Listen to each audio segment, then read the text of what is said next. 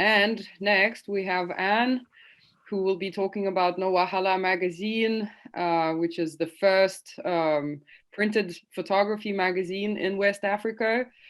So, or Central Africa, West Africa, everywhere. Anyway, you'll tell us about it. Do you need to share a screen?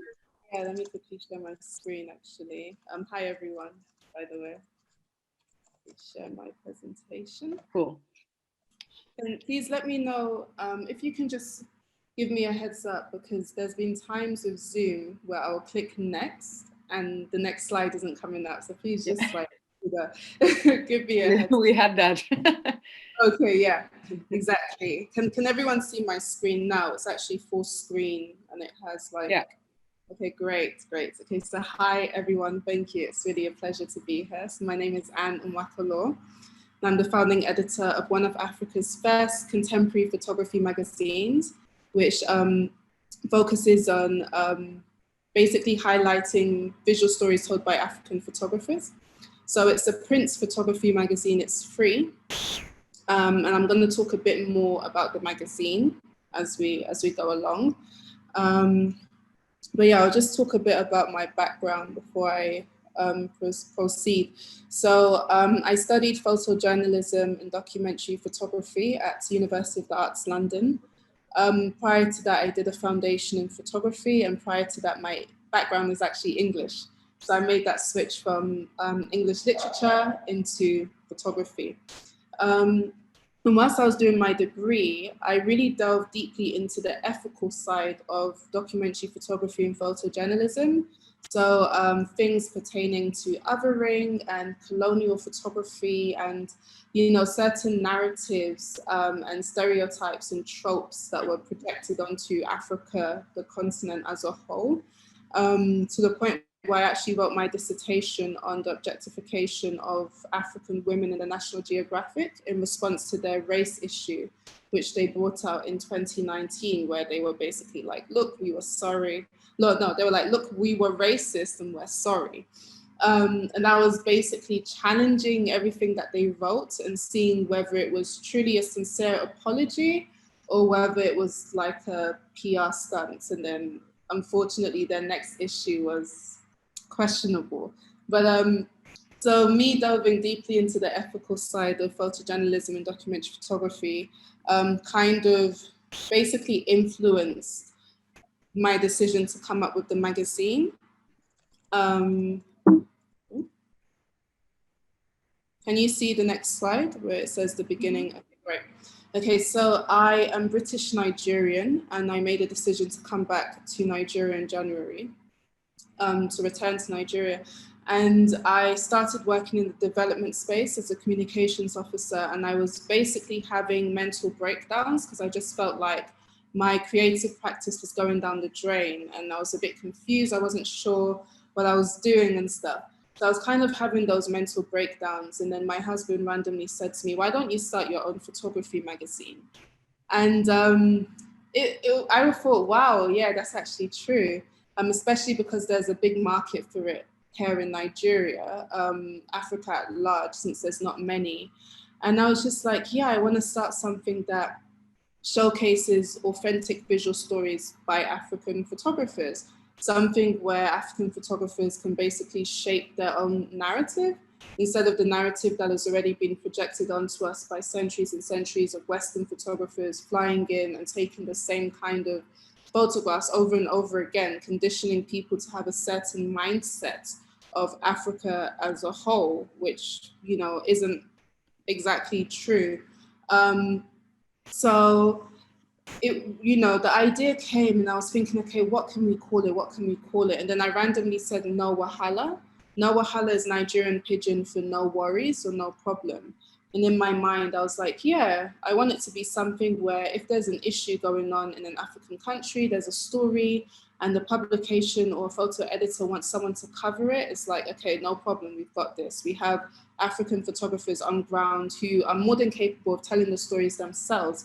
So that's where the name No Wahala came through. And when we came with the idea, I was frantically like running around trying to grab a notebook just to write everything down. And So my beginning stages, let me just make sure, okay, I spoke about. So my beginning stages of the magazine, whilst I was at university, I had some contacts that had started their own magazine. So there's some photography magazines in London, like Splash and Grab and Loop and, you know, all of these other magazines. And I knew the people who started them. So the first thing that I had to do was research, and that research took months. We came up with that idea in February, and then we started our Instagram in like April, May. So during that period, it was just months and months of research. I was speaking to the people who had started their own magazines just to find out logistical things and technical things such as paper type, such as price of printing, units, you know, all of these little things. We bought a copy of National Geographic, which is funny. And I just analyzed it. I analyzed National Geographic back to front. I downloaded some magazines online, some photography magazines, because we were still deciding whether we wanted to be print or what's it called, digital magazine. And some people advised me to do digital, and I chose not to, and I'm going to talk a bit of why I chose not to, but it was just lots and lots of research, and that research literally laid the foundation to us actually starting, okay, let's start our website, let's start our Instagram, and let's start fundraising. So that was the beginning stages of it.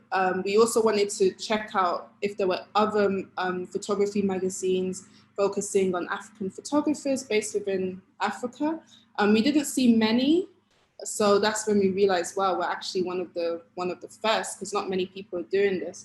So that was the beginning of the magazine.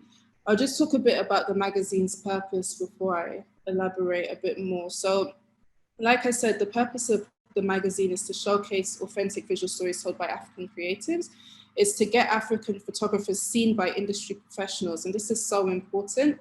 This is one of the most important things. We have two really important elements, but this is one of them. Many photo editors, I'm a photo editor, many photo editors, many like communications officers, many people who are hiring photographers don't know many African photographers. And this is quite detrimental, because that's when there's this reoccurring thing of, okay, you're flying in your photographer from London to come down to like Ethiopia and take pictures. And then it's like, hey, there's so many photographers in Ethiopia that can tell the story. One thing I want to mention, and I always clarify this, is that Wahala Magazine doesn't segregate. We don't believe in segregation. So one of the things that I say is that we're not saying that, oh, okay, photographers from the West or white photographers cannot come into African countries and take pictures. We believe in a form of collaboration, and this lack of collaboration is what's causing a lot of issues.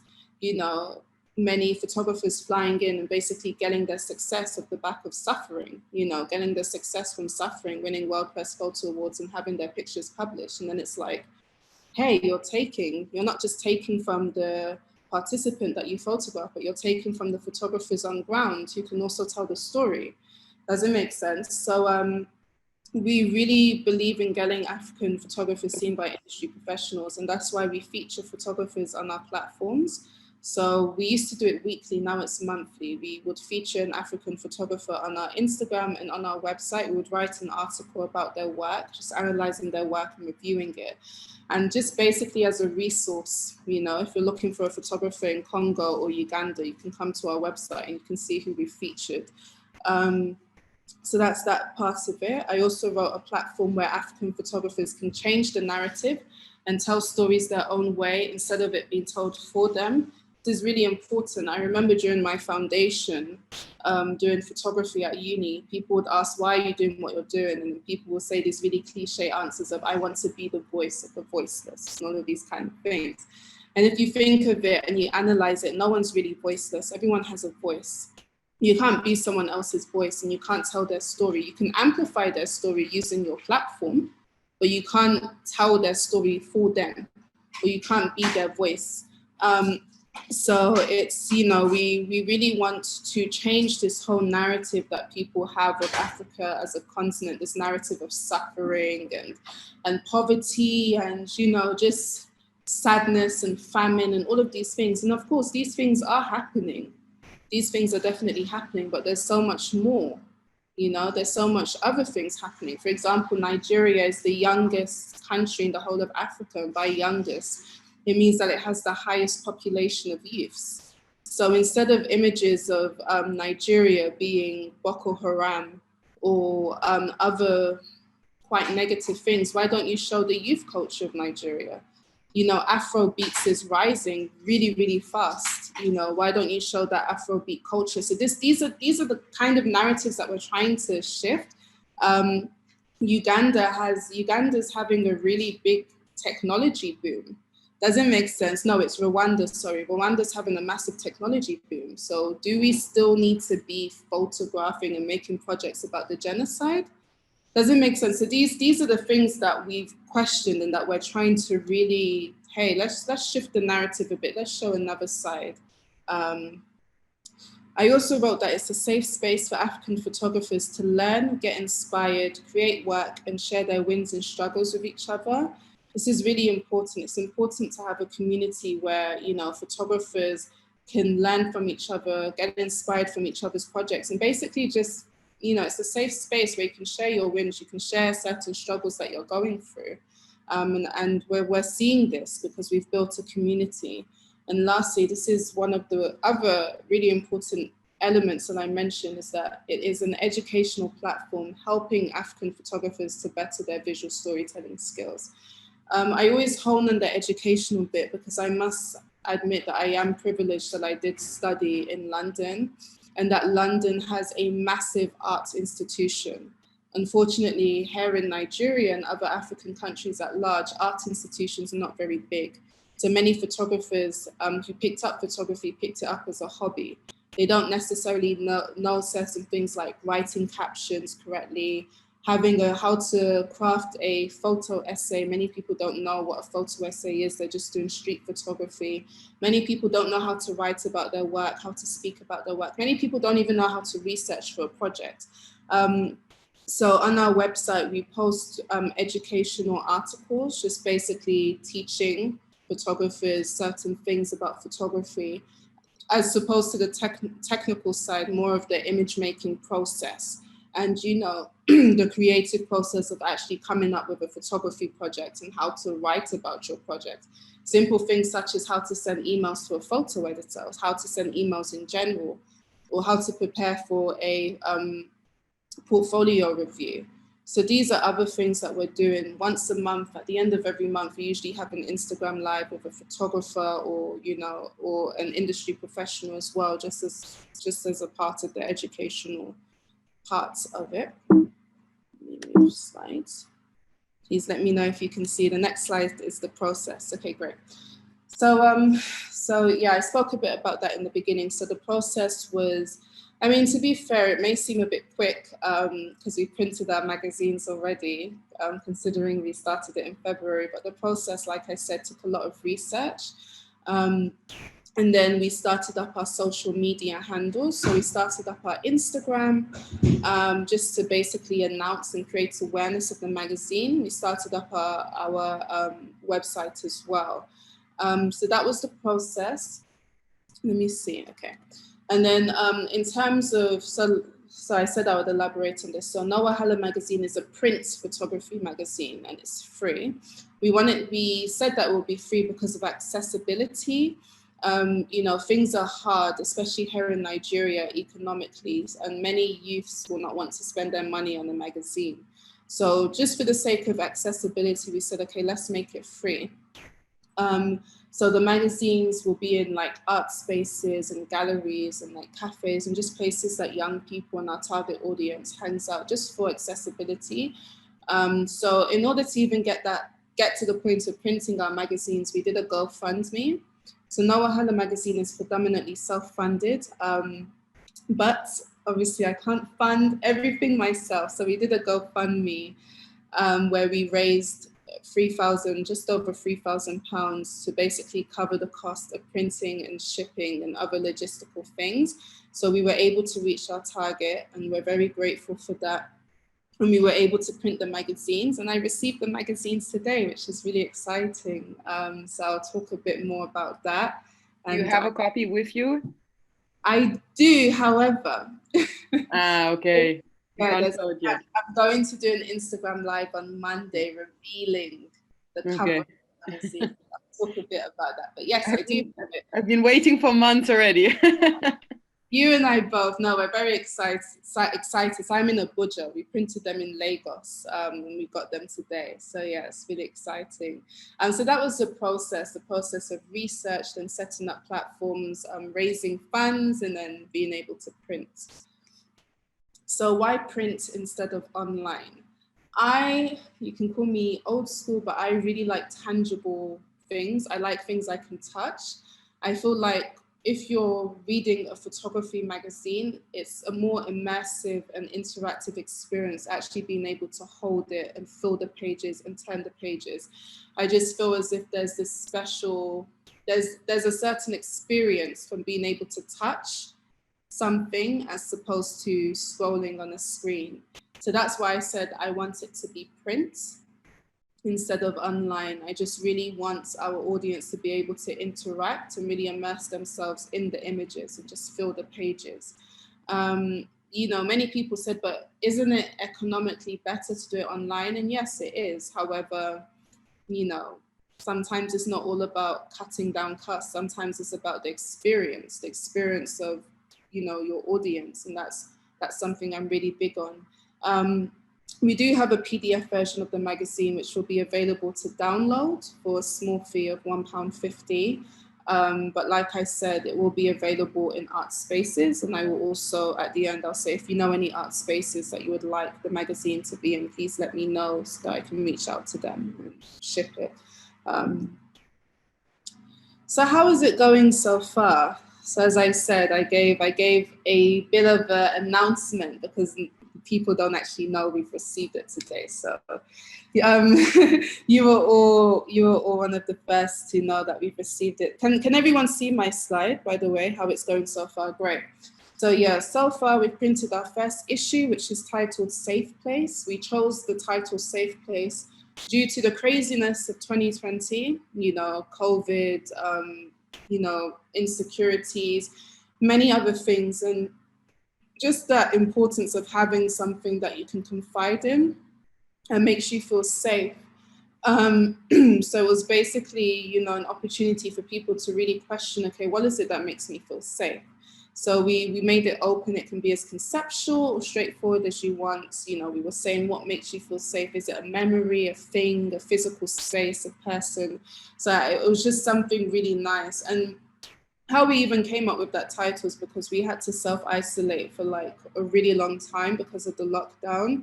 And my husband and I felt safe in each other's company. So, which was really interesting, and we really questioned that feeling of safeness and being able to confide in a person. And we thought, okay, how are other people tapping into their safe place? So that's how we came up with the title and the theme for issue 1. We also had a workshop earlier this year in July called Crafting a Compelling Photo Essay, and this workshop was extremely successful. We basically did a call out and we selected, it was supposed to be 10, but we allowed 13 African photographers to take part in this workshop/mentorship scheme. We had some African photographers such as Tom Sater, Casey Nwakalor, Nelson Owoicho, Leah Fidges, and myself, basically mentoring these 13 photographers on how to build a photo essay.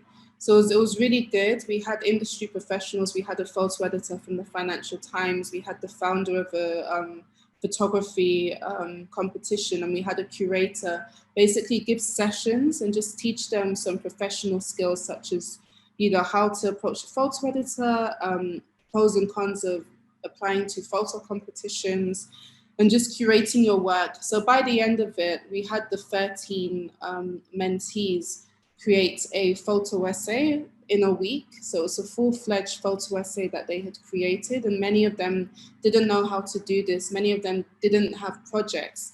So this was also something to add to their portfolio. And nicely, 2 of our mentees ended up being added to World Press Photo's African Photojournalism database, which was really, really nice to see. So from our workshop, they gained certain skills to help them in terms of not only a photo essay, but in terms of getting their work out there. And, you know, World Press Photos database approached them and said, hey, we want to add you. So that was really nice. They were really grateful and stuff about that. And we've also had some collaborations with other arts organizations such as Afro Shoots, KL Photo Awards, and Ugandan Press Photo Awards. So this collaboration consisted of like me talking at a workshop and also us featuring some of their contributors, some of their photographers that contribute to their platform. So these collaborations were really good. I want to talk a bit about collaboration as well. In terms of starting anything, whether it's a magazine, whatever you're doing, whatever you're starting, I'm a really big believer in collaborations, collaborating with other people who have the same vision as you will definitely open the doors to other opportunities. And it's just a nice support system as well to see, hey, like, you know, there are other people who really believe in what I'm doing or what we're doing. And it's a really nice safe haven. I must also mention that when we started Wahala Magazine, we had like 2 people who were interested in volunteering, which was also very helpful as well. So we have some volunteers that has been helping us with the magazine. So this is all to do with collaborating and just connecting with other people, because sometimes connecting with other people and collaborating will push your art practice or whatever you're starting much further. So I definitely said I need to talk about that aspect to it. And yeah, that's a wrap actually. I'm trying to make sure I haven't forgotten anything. But yeah, if anyone has any questions, please let me know. But yeah, that's Thank you. it. Yeah, so there's been quite a few questions. Let me sharing my screen. I always struggle with that. Okay, stop share. Okay, great. Yes, amazing work. Okay. Do you produce the content that helps to learn the articles about like that you have on the website? Yeah. Or do you copy from other people, or do you link to other articles? Okay, so I produce it. This is when my writing skills come in. However, I do research. So before I write an article, I do some research, and I always write source, like, you know, source so-and-so. So I make sure that I link, I make sure I link my research to that article. So yeah, I hope that answers the question. Mm-hmm. Yeah. Okay, another question. Is it possible to order a copy from UK? Yes, it is. Yes, it is. I was going to say if you're in the UK, you're in luck, but I just realized the 3 places we're stocking in is 2 places in Scotland and 1 in Ireland. Where in Ireland? Oh, okay, so Dublin. Amazing. Maria is from Dublin. We should. Oh, okay, nice. Photo Island. I don't know. Yeah. Of course. Great. Photo Island. So that's why I said at the end, if you would like us to stock our magazine in a certain place, please let me know. You can send me an email. I'll just write it here, or you can just write it in the chat and I will reach out to them. But yes, it is possible to order a copy from the UK. So what about the other parts of Africa? Will it be mostly in Nigeria, or it will go to other countries? Other parts. So Uganda, we have some places in Uganda. We have places in South Africa. And like I said, we're still on the lookout for more places that will be willing to stock. So maybe if you are from Canada or United States or something, if you want to help out with finding a local stockist, you can. I just put my email. So in case you want me to reach out to a certain place or organization, I also didn't get it. You must have sent it. Oh my gosh, I sent it to someone privately. Yeah. Okay, everyone in meeting. Okay, let me. Sent to me, thank you. Yes, Simona. Yes.